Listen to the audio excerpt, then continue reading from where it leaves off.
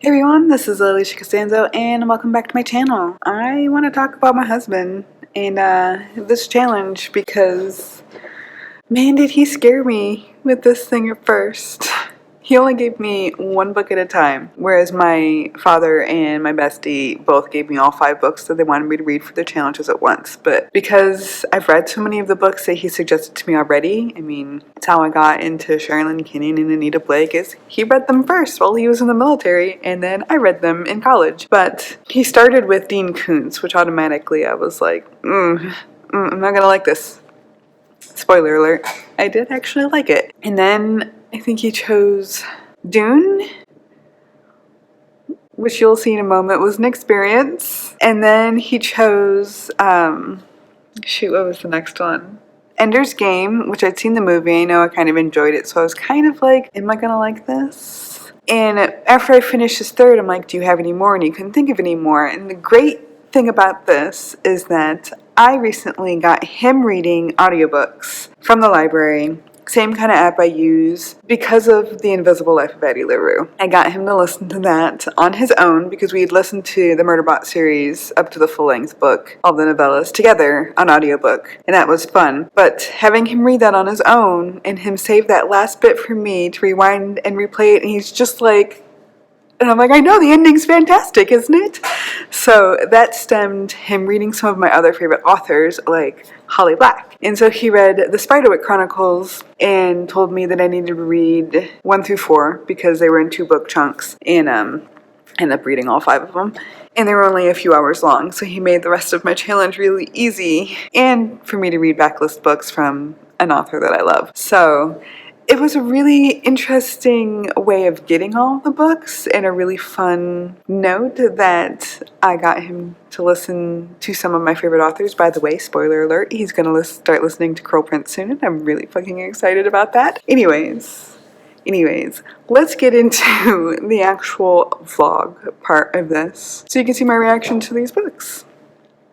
And then we'll be back, and I'll talk about, in general, my wrap-up. Hey guys, so I am like a third of the way through Hideaway by Dean Koontz, and I thought it was going to be really terrible. I just predicted it, and it's not bad, and that might be because one of the characters in it is like a long-standing thing my husband and I have, and so being able to read the book that he suggested and finding out where that reference came from is really cool, and I really like the character too, so far so good. It's creepy. I like the parts with the Dark Prince in it, like the 9th Dark Prince from Hell or something like that, because he likes to stage people, dead bodies, in ways that show the case their personalities. So it's freaky. It's freaky, and I like it, and I'm surprised I like it. So yeah, there we are at the moment. So far so good, Jason. So far so good. Let's hope this keeps up. So just filling in a gap here for the vlog. I didn't actually vlog me finishing reading Hideaway, but I did enjoy it. I liked,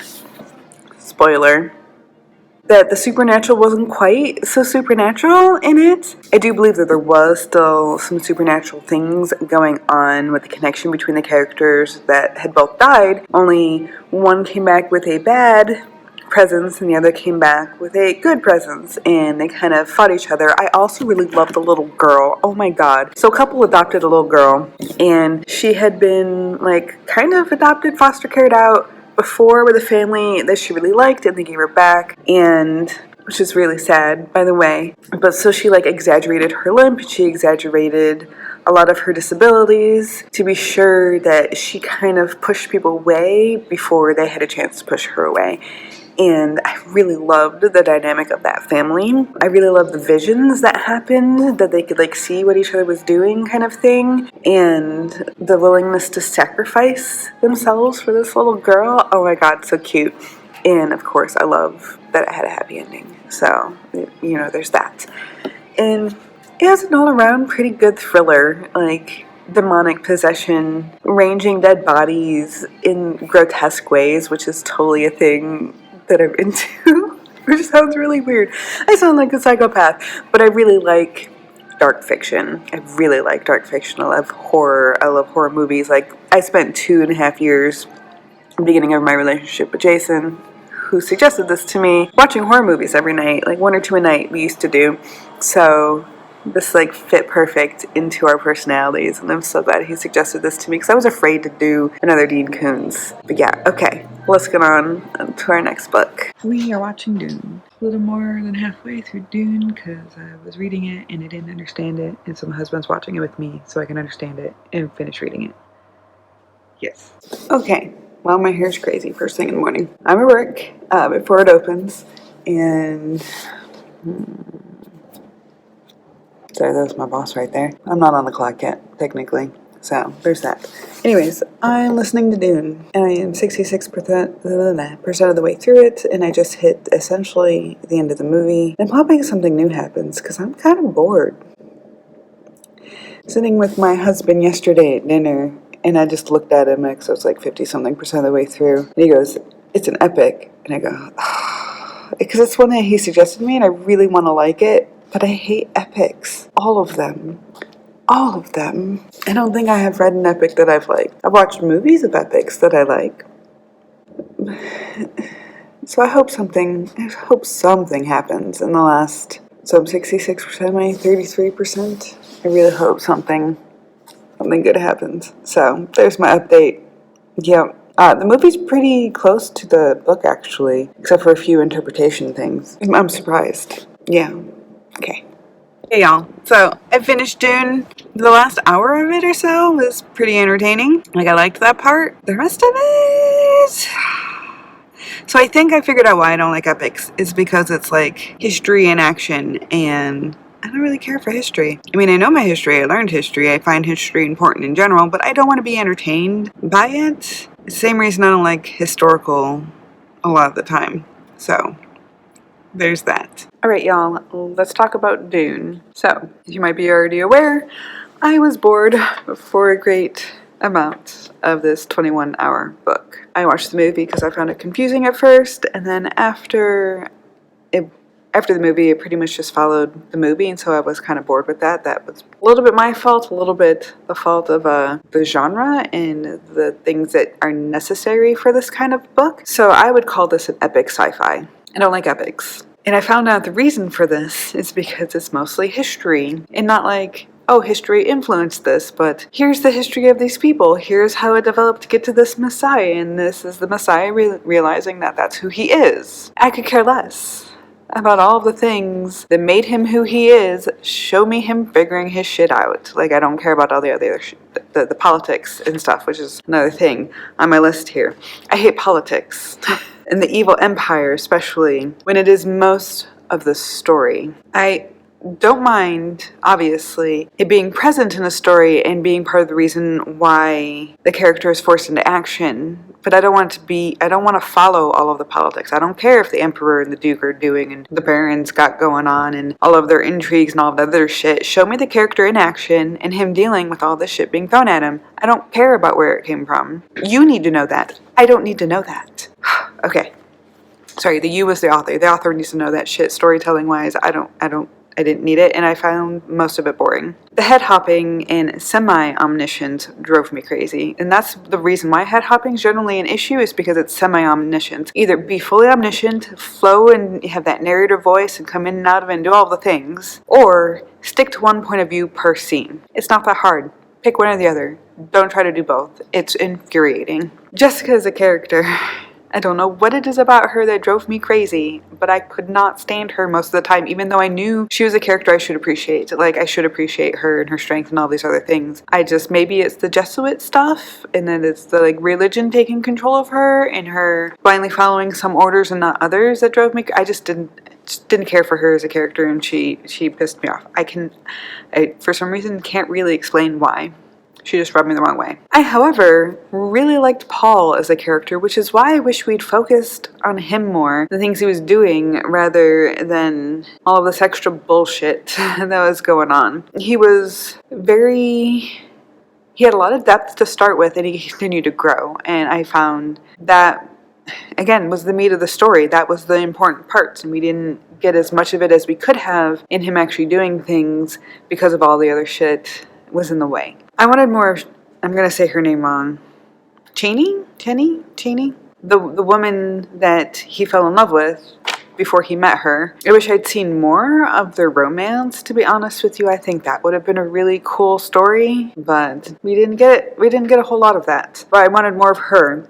But I really liked the last 30 to 45 minutes of it. She was present in it, and him reacting to all of the shit that was going on in the politics and it coming to a head. That was really cool. If the story had focused more on those things and just deleted probably like 5 hours of the story with all the other bullshit that we didn't need to know who the traitor was and why they thought they were the traitor. Just show them in the moment because it came out anyways. Which means there was a hell of a lot of fucking telling. A lot of, he thought this and she thought that and they saw this happening and he watched her do that. I don't give a fuck. Just show me what's happening. Just show me the story.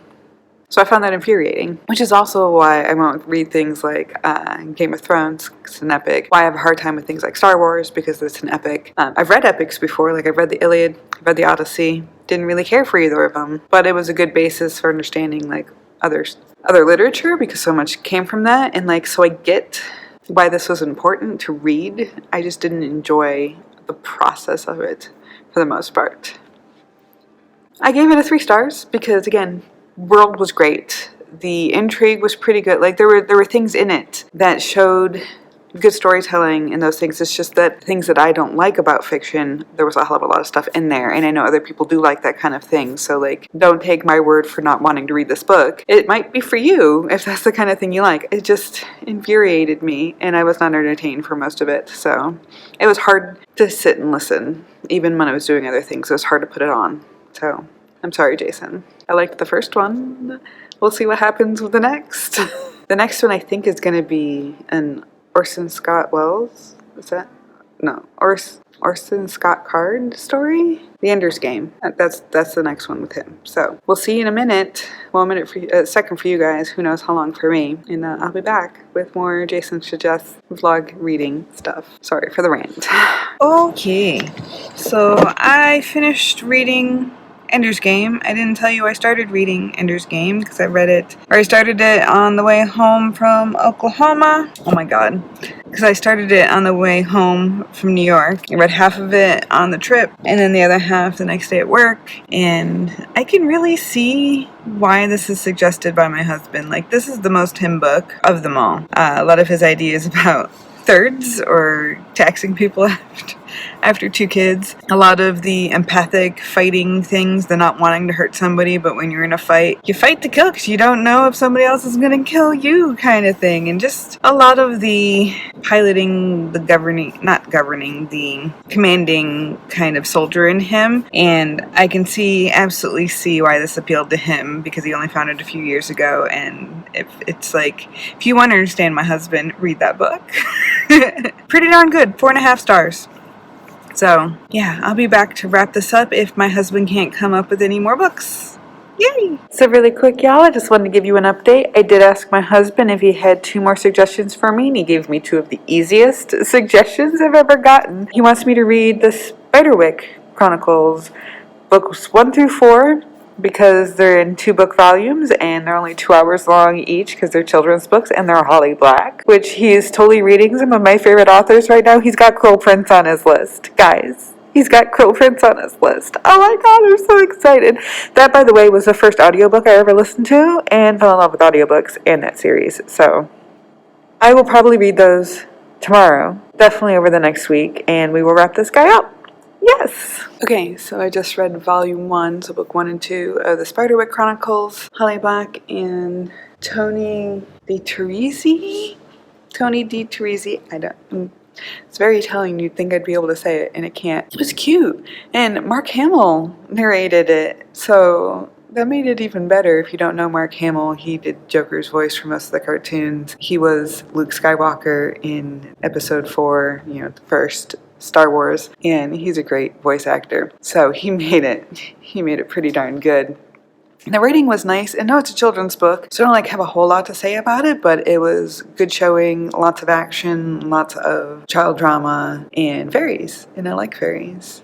So I'm excited to read the 2nd volume, and there's only 5 books, so I might just read the 5th one too, but my husband, Jason, suggested these 4, because 2 audiobooks, for my last part of my challenge, so I've only got to listen to 1 more. It's on hold, of course it's on hold because I need it right now. I feel like that's just my life. Like I went to go get another book that's been ready to borrow for a while and I keep checking it to be sure I didn't have to put it on hold, and then I went to go borrow it and somebody else has it. So yeah, that's the story of my life and lending things from the library. But so far so good. I liked the suggestion. I can't wait to finish up this challenge. So I'll see you when I get the next one. Filling in another blank here because I didn't tell you guys about reading book 3, 4, and 5 of the Spiderwick Chronicles. So I did see a review that said that they could have made this all one book, and they totally could have. It was like one full story. And I really liked the way it progressed and some of the creatures that we got to meet and some of the tensions, especially within the family of the main character and mom being like, why are you such a shit? Like, yes, your dad and I are separated, we're getting divorced, but you need to get over yourself. When it was really fairies and fae folk doing the things that he was getting in trouble for. So that was really cool. I do like how the siblings stuck together. I liked the tricks that they got out of the fairy. Had a customer call. Interesting questions. Anyways, so I really liked how the family comes together at the end. I like the being able to see his ancestor who wrote the field guide, which was really cool. It was kind of sad a little bit at the end, but overall I think it was a really solid story because it is all one story, series story, whatever you want to call it. So definitely a good choice. I'm glad I got to get through this series because I love reading backlist books from authors that I love. And I love Holly Black. Do I think I'll read anything else by Mr. Tony, I can't say your last name? We'll see. We'll see. But okay, let's get into our wrap up. Okay, so as you can see, a lot of more wins than losses. Dune was not my thing, like at all. I do not like epics. It's the thing we know about me, and I struggled like hell with that book.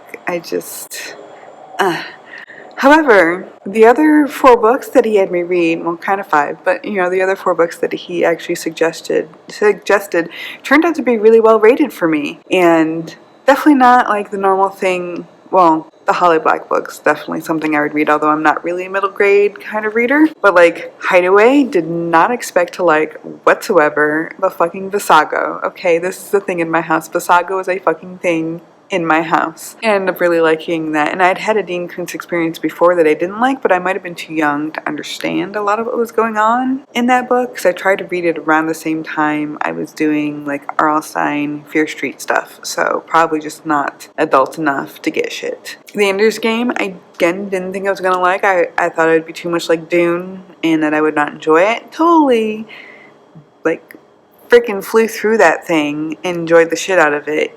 So yes for that, like just a good overall thing. So hopefully once he gets beyond all of the books that I have suggested to him by my favorite authors, and he gets to start experimenting with other books to read on our library, he will have more books to suggest me next time I pull his name out of my little challenge thing. I mean, let's be like super honest, most of the books he suggests me I have enjoyed. There's been a couple where I've been like, Faith Hunter, I'm looking at you. Did not really enjoy that book. If it's an audiobook, I might try book 2, but like a series that I just wasn't into. I also need to continue a series that he suggested to me before. I got really disappointed after the first book didn't end the way I wanted it to. So sometimes that stops me, and I just got to get over my ass and continue reading, because you know what, I didn't write the book. I can't be upset by it turning out differently than I want it to. Unless it was just a bad ending. And it wasn't. It wasn't a bad ending. So I just have to get over myself. Anyways, I feel like this was really successful and really fun, and I cannot wait to do it again. So Jason, start reading some books so you can have some more to suggest to me. Okay. Thank you all for watching. I really appreciate you being here with me and dealing with my crazy.